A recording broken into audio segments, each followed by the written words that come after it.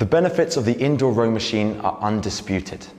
No other gym equipment gives you that calorie-scorching, full-body workout that the indoor rowing machine can give you. You'll be building lean muscle and kick-starting that metabolic system from that first stroke. But often people shy away from the rowing machine because they're not sure how to use it, not sure how to set it up. To help you, Grow Fitness and WaterRower have teamed up and enlisted Will Satch, Olympic rower and world rowing champion, to show you exactly how it's done. We're now joined by Will. The only setup you have to do with the WaterRower is adjust the height for your foot. You want the strap around the widest part of your foot, roughly the ball of the foot. So if you look at your shoes, about the end of the laces on most trainers. You don't need the straps too tight, you need them nice, secure and comfortable. You don't need to change the resistance. The resistance is just water. So the harder you pull, the greater the resistance. Although rowing is a continuous action, we're going to break it down into 4 parts.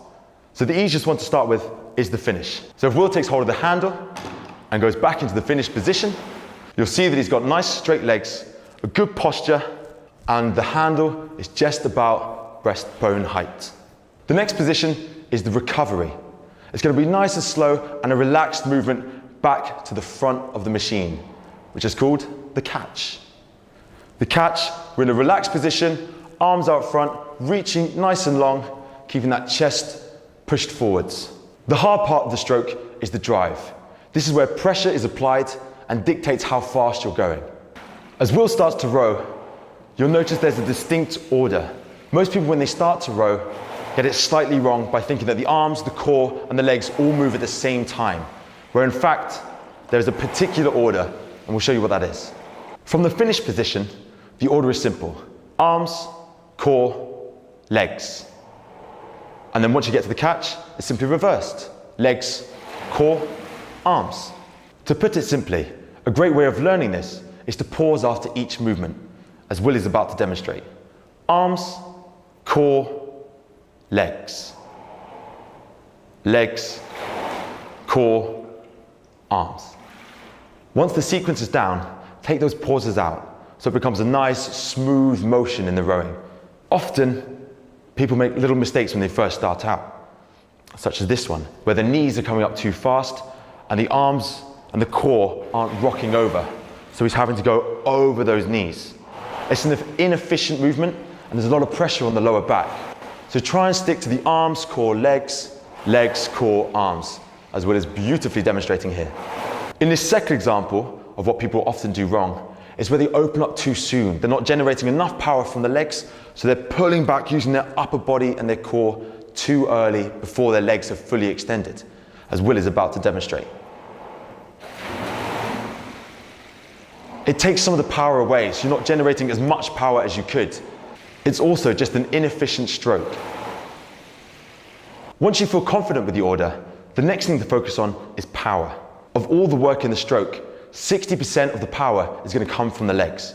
So Will's going to come up to the catch and then drive away just using his legs to get 60% of the power. Next up we have the core, which makes up 20%. So Will's going to do the legs, then the core. And lastly, he's going to put it all together. So we'll have the legs doing 60%, core doing 20%, and then the arms, last of all, doing the last 20%. A common mistake made by new rowers is to generate too much power from the arms, as Will's about to demonstrate. It's not efficient in the power output. We want to use our big muscles, our legs, providing 60%, as we said before. To recap the power distribution, you want 60% legs, 20% core, and 20% arms. The third and final element we're going to look at in this tutorial is timing. A well-executed rowing stroke will be long and powerful.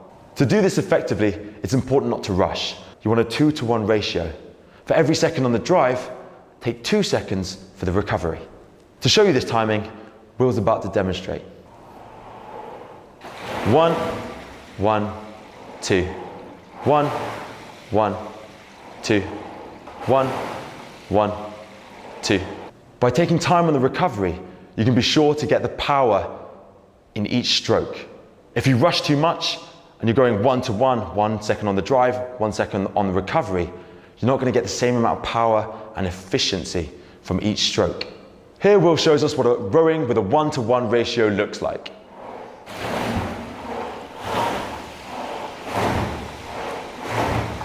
However fast you're trying to row, it's important to maintain that 2-to-1 ratio within the stroke.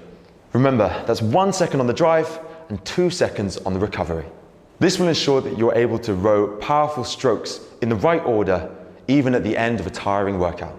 To recap, we've looked at 3 technical points to get the most out of your rowing workout. 1. The order in which the rowing stroke should be executed. Arms, core, legs, legs, core, arms. 2. The way in which you should apply the power. 60% in the legs, 20% in the core, and 20% in the arms. And 3. The timing.